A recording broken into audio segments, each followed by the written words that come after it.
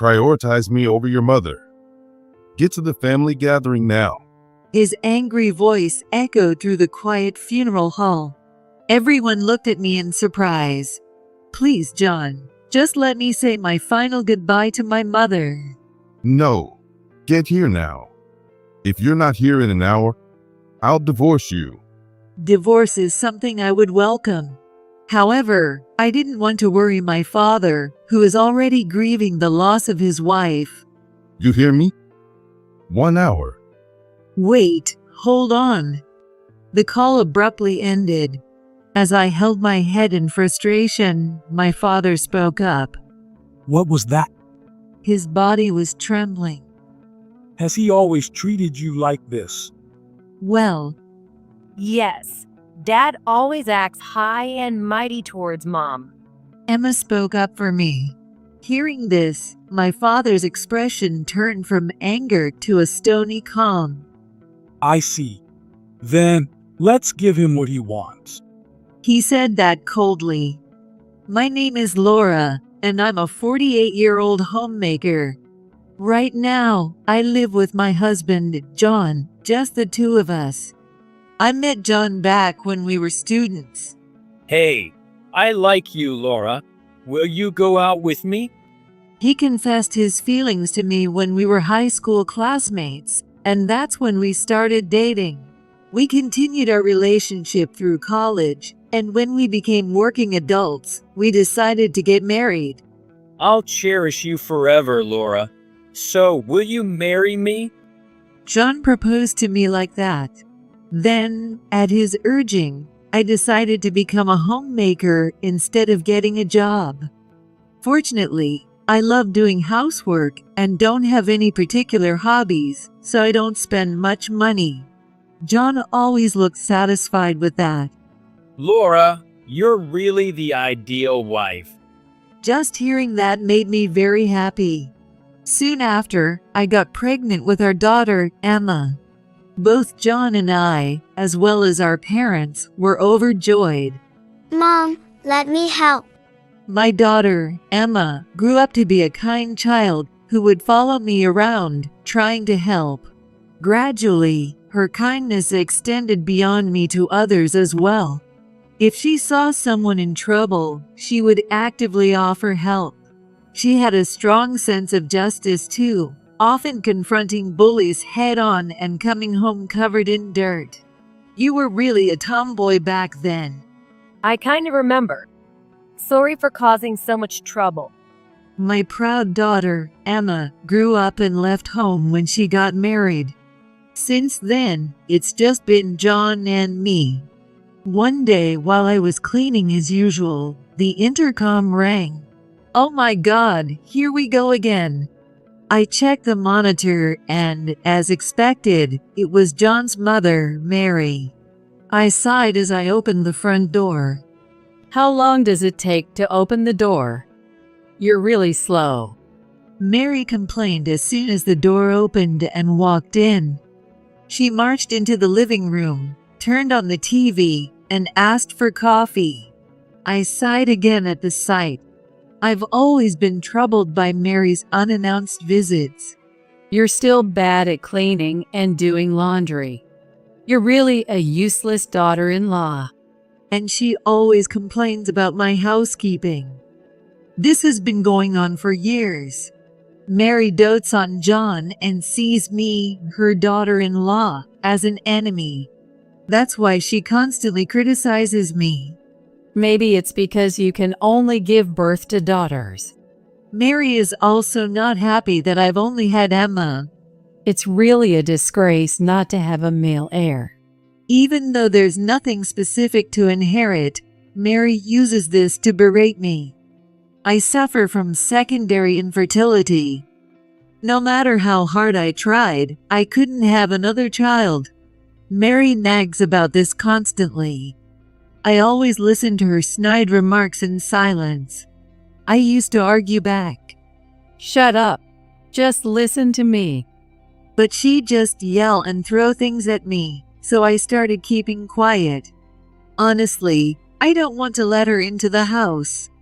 However, if I don't, she rings the intercom repeatedly and starts shouting.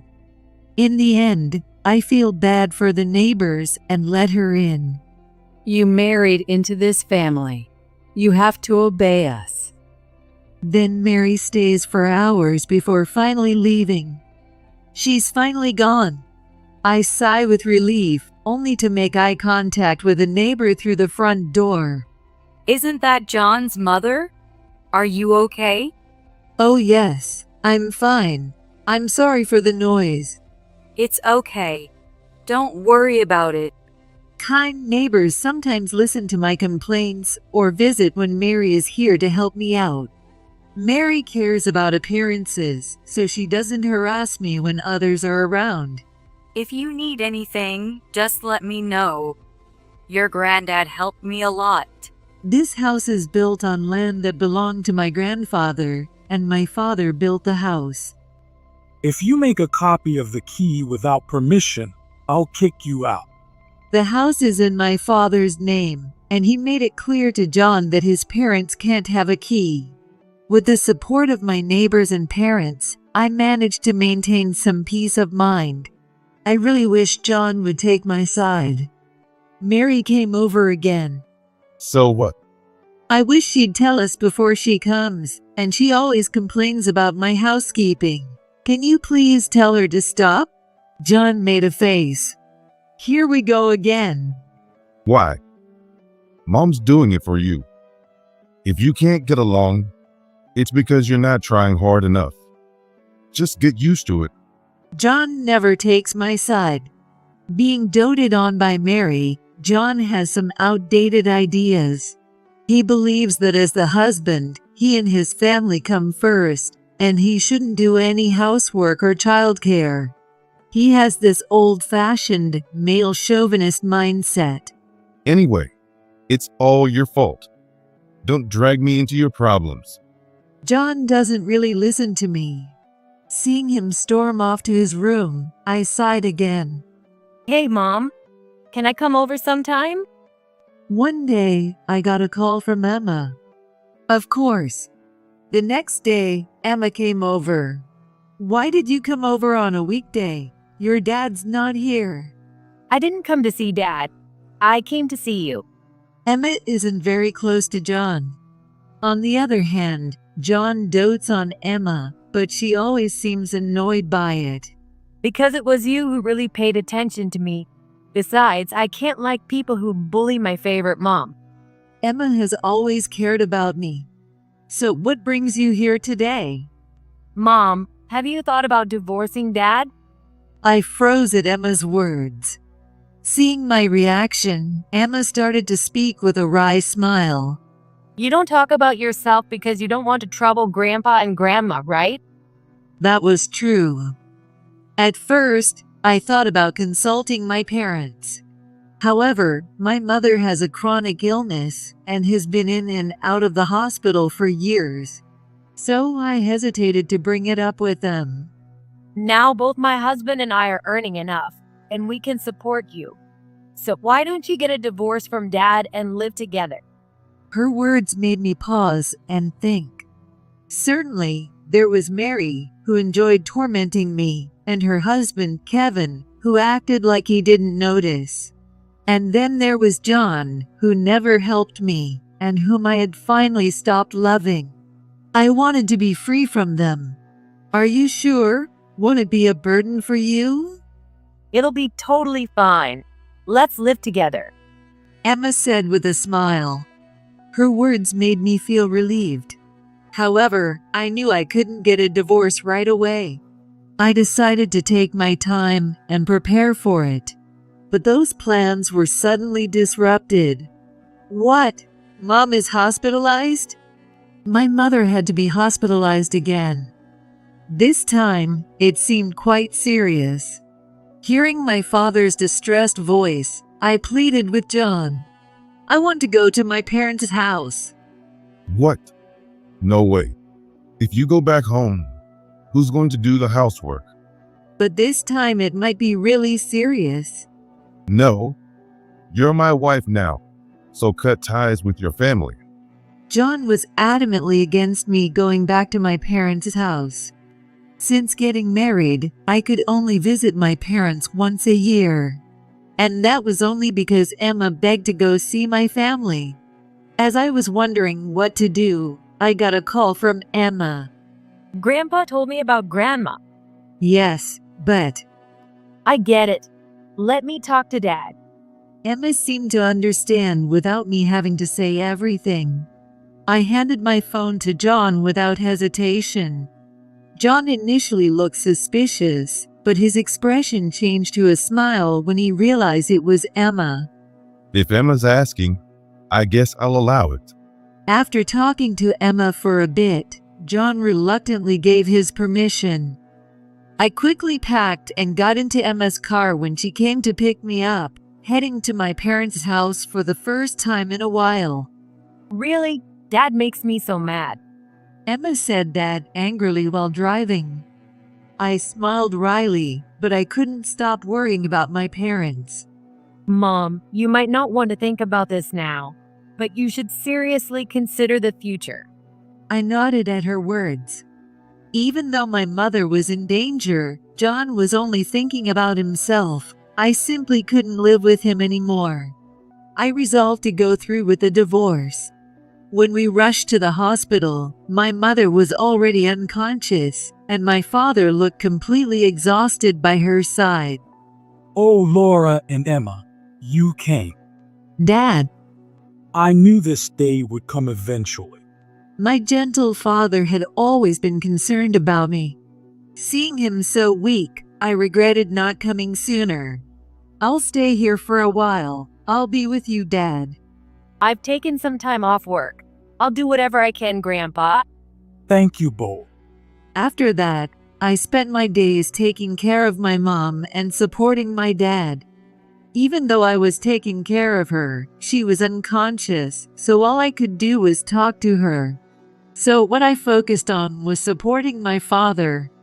Then the inevitable moment came. When are you coming back? I got a message from John. Checking my notifications, I saw several messages. Apparently, Mary was doing the housework while I was away. There's a family gathering coming up, so come back soon. My mom is critically ill, so I can't go. When I replied, John called me. Enough of this. Not only are you abandoning your duties as a wife, but now you're refusing to attend the family gathering? This is ridiculous. I'm not joking. What is this gathering anyway? Apparently, one of his relatives was getting married. They were gathering to celebrate, but it was a relative whose name I didn't even recognize. I couldn't leave my parents to go back for someone like that. I can't. I want to stay with my parents. No, that's an order. With that, John hung up immediately. I sighed deeply. Mom, Grandma. Emma came rushing in. That day my mother passed away. Soon after, her funeral was held. Despite her chronic illness, my mother was kind and knowledgeable. She was loved by many, and not only our relatives, but also many others came to pay their respects. Dad didn't come, did he? No, he didn't. I had informed John about the funeral. However, he chose not to attend. As the funeral proceeded quietly, my phone rang with a call from John.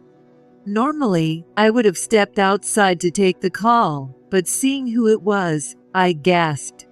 John had specifically called me.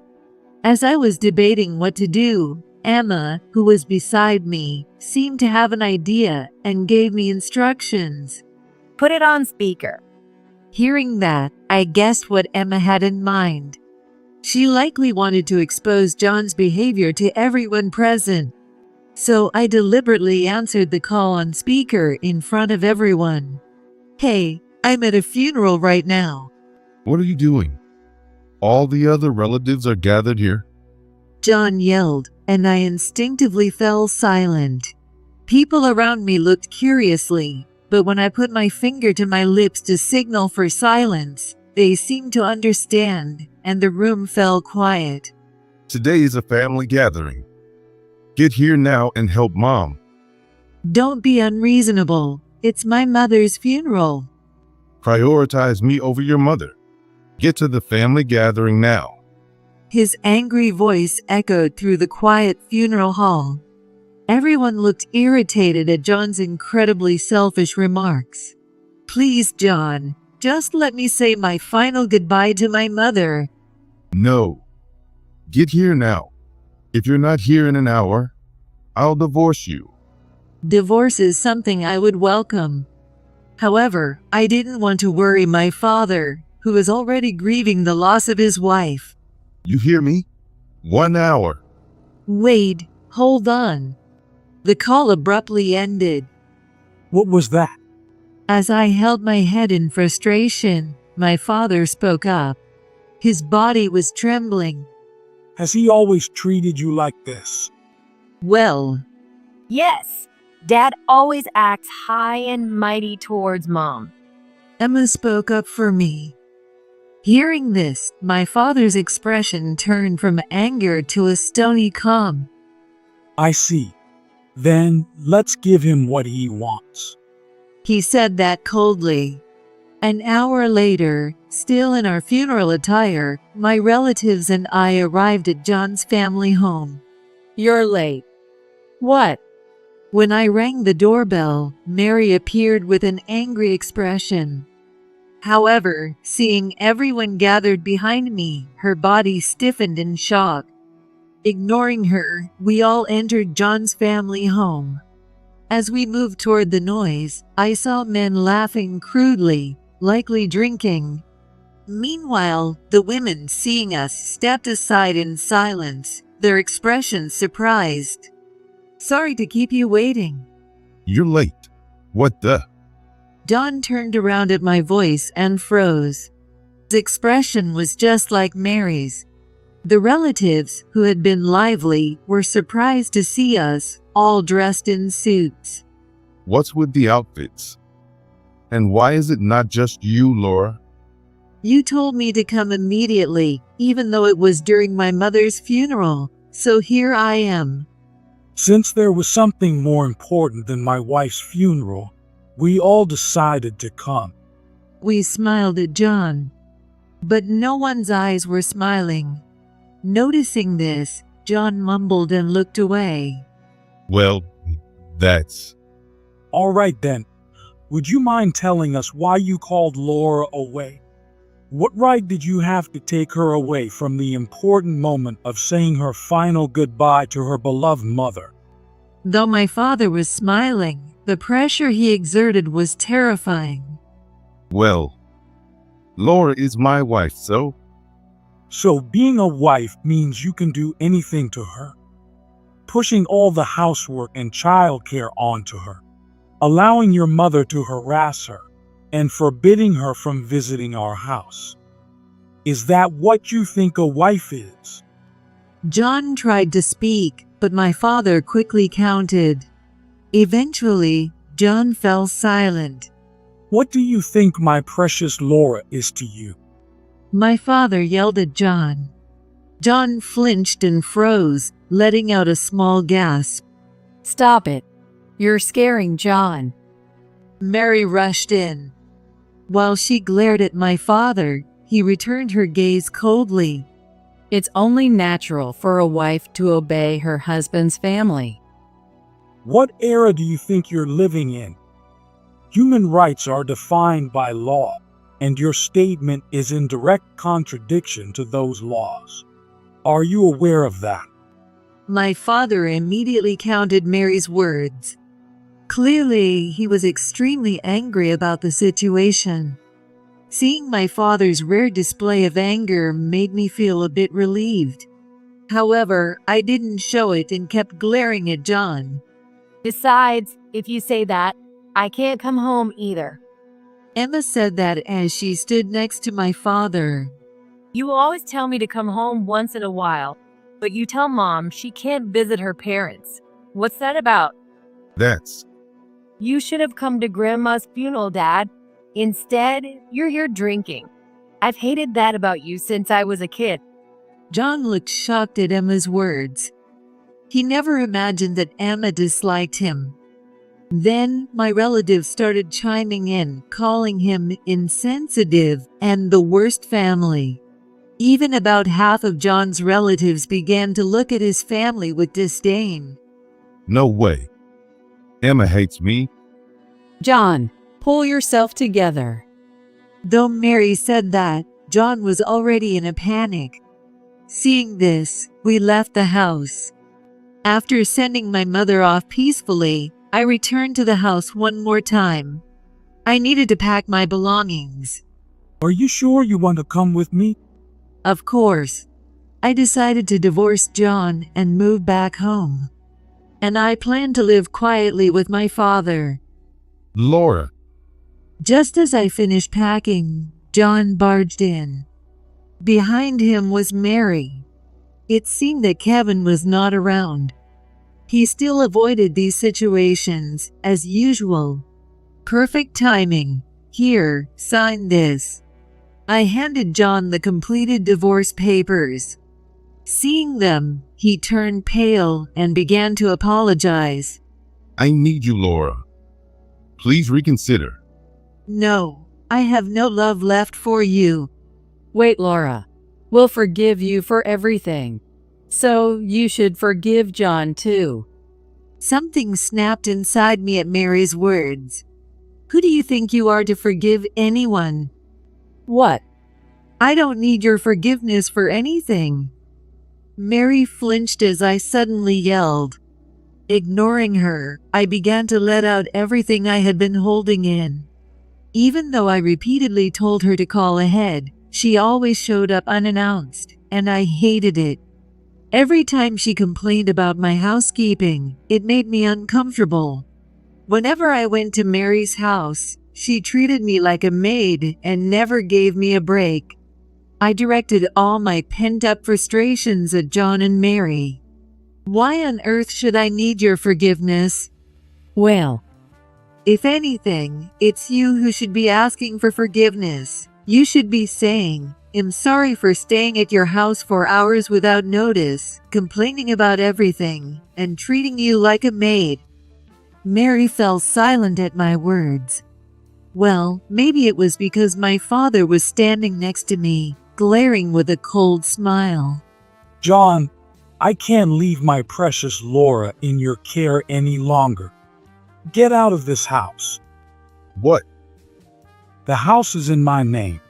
So it's you who needs to leave. John turned pale, perhaps having forgotten this fact. Get out now. My father ordered John and Mary out. Wait. Laura, please reconsider. Wait a minute. Before you leave, just sign the divorce papers. John looked hopeful when I stopped him. But his expression quickly fell when he heard my next words. Finally accepting it, John signed the divorce papers. I'm so glad the divorce is finalized. Yes, truly. As my father and I shared a laugh, we heard commotion outside. We looked out the window to see what was happening. Why did Dad leave us behind? It seemed they had come in a car driven by Kevin. Apparently, Kevin left while they were arguing with us. After some more commotion, the police, called by our neighbors, took John and Mary away. They're noisy to the end. Watching this, I muttered. Then, after everything quieted down, I took my belongings and returned to my parents' house. Oh, it's a message from Kevin. When I checked my phone after returning home, there was a message from Kevin. I'm sorry I couldn't protect you, Laura. The message contained an apology. Kevin had left early to buy time for the women in John's family to escape. Apparently, some of the women had stayed behind at John's house under the guise of cleaning up. It seems that our arrival woke up the women. So they all escaped while Kevin was buying time. It turned out that Kevin had been marginalized in the household due to Mary's schemes. Everyone had been ignoring him. This time, Kevin had taken his revenge on Mary. I might have misunderstood Kevin. No, it's true he didn't protect you. So don't feel sorry for him. Instead, let's be glad we're free of that family. I nodded in agreement with my father's words. Apparently, John and Mary were in a difficult situation. Since the women had successfully escaped, their husbands were now holding a grudge against John and Mary. And Kevin himself divorced Mary.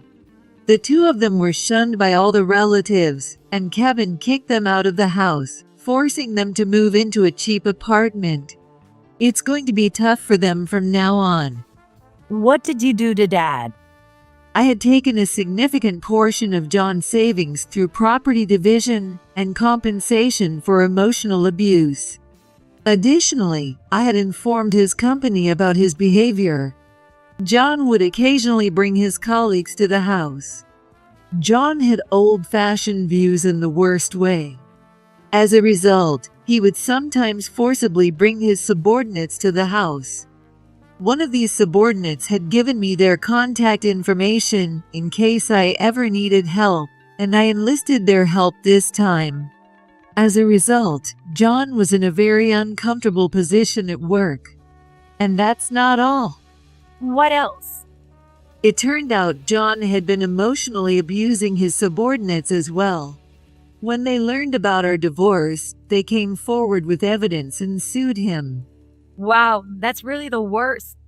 Yes, and he ended up getting fired and had to pay compensation to his subordinates. So, John had no choice but to move into a cheap apartment. Now, he's working multiple part-time jobs, barely making ends meet. Mary could work too, but since she's always been a homemaker, she's just living off John's earnings. Because of this, John is under a lot of stress. According to a subordinate who saw him in town, he looked haggard and frustrated, kicked a trash can, and was severely reprimanded by the police. He really hit rock bottom. I'm so glad we cut ties before this baby was born. Emma was at my parents' house to announce her pregnancy. Seeing her lovingly pat her belly, I was also glad to have finalized the divorce. Emma's husband was also there, currently keeping my father company. So, can I have the baby here? Of course. I'm already looking forward to the birth of my grandchild. Knowing that a great-grandchild is on the way, my father eagerly brought out drinks and started drinking with Emma's husband, though I'll need to stop him soon before he overdoes it. John and Mary, with their selfish actions, won't even get to see their grandchild and great-grandchild respectively, let alone hold it. I think that's the biggest punishment for John, who doted on Emma. By the way, I informed Kevin about Emma's pregnancy. I don't deserve to meet them. Please focus on taking care of Emma. Given Kevin's words, I doubt we'll see him. By the way, Mom, have you thought about marrying again? Not yet. I just got divorced after all. As I answered Emma, one man came to mind. His name is James. He's the subordinate who gave me his contact information, and he's been contacting me frequently since my divorce. That look on your face. Do you have someone in mind? Emma asked with a mischievous smile. She managed to get the whole story out of me. James, I think I know him. What? Sometimes, when I woke up in the middle of the night, he'd apologize and say, "Sorry for waking you up." Emma looked nostalgic. Apparently, whenever James came over, he was always considerate of Emma, who was just a child at the time. And he always seemed to be watching over me. I used to wish James was my dad instead. Really? I think it's time for you to find your own happiness, Mom. Her words made me pause and think, and then I nodded. Right after that, James invited me to dinner, and Emma and I shared a laugh. My own happiness, maybe I can find it this time. Thinking that, I couldn't help but smile. A little early, aren't I? A year later, I arrived early for a meeting and wondered how to pass the time. Laura, What? I turned around at the voice to see a disheveled John. He stumbled towards me. it's been really tough since then. I realize now how important you are to me. I see, I replied coldly, keeping my distance from John. And I heard that Emma had a baby.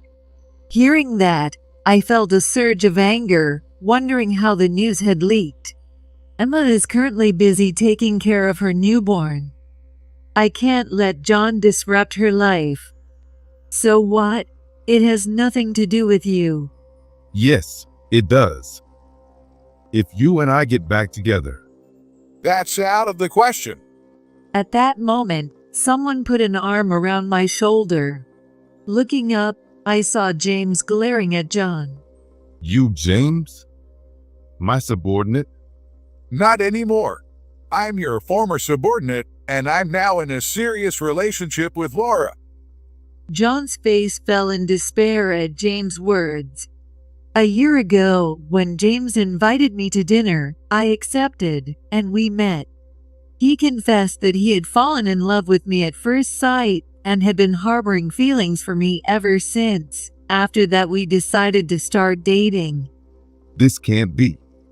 I will make Laura happy this time, and I will cherish Emma's child as my own grandchild. You no longer have a place here. With James' firm declaration, John stumbled away. He would never appear in front of me again. So, Laura, Yes, will you marry me? James asked, looking a bit shy. I nodded, feeling a bit shy myself. So we're engaged now. Wow, congratulations. That's wonderful. It has always been my and my wife's wish for Laura to be happy. When I reported the news at home, my father and Emma congratulated us. Feeling a bit embarrassed, I thanked them. Are you going to have a wedding? No, we're both a bit too old for that. Besides, you can't participate with a baby, and it would be hard on you, Dad. They looked a bit disappointed. I smiled softly at that. Instead, we're planning a trip. We'll be away for a while. I see. Leave Grandpa to me. Then, I guess I'll take care of the great-grandchild. Smiling, I nodded at the two of them. I looked at Emma and my father. Thanks to you both, I'm very happy now. Thank you so much. At my words, the two of them exchanged glances. My father was the first to speak. On the contrary, it's because of you that your mother and I were happy. Same here. I'm who I am today because you raised me with so much love. I expressed my gratitude to them once more. Shortly after, I married James. It's like a dream having Laura as my wife.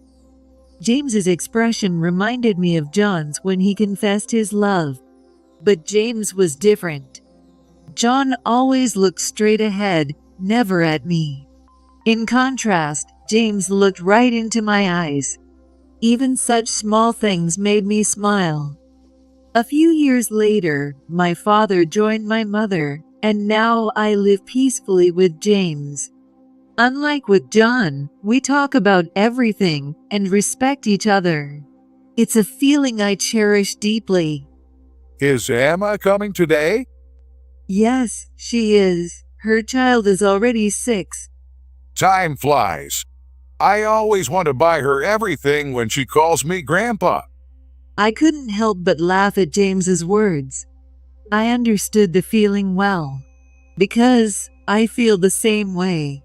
I think Emma might scold you if you buy too much. And you're any different? As we laughed together, we heard cheerful voices from the entrance. Smiling, we headed over. Mom, Dad, hi. Emma greeted us with a smile. Moments later, our 6-year-old grandchild jumped into James's arms, making him stagger. Oh, such a little tomboy. She takes after you. Emma let out a dissatisfied sound at my words. When I burst out laughing, everyone else did too. I thought to myself that I wanted to protect these smiles forever.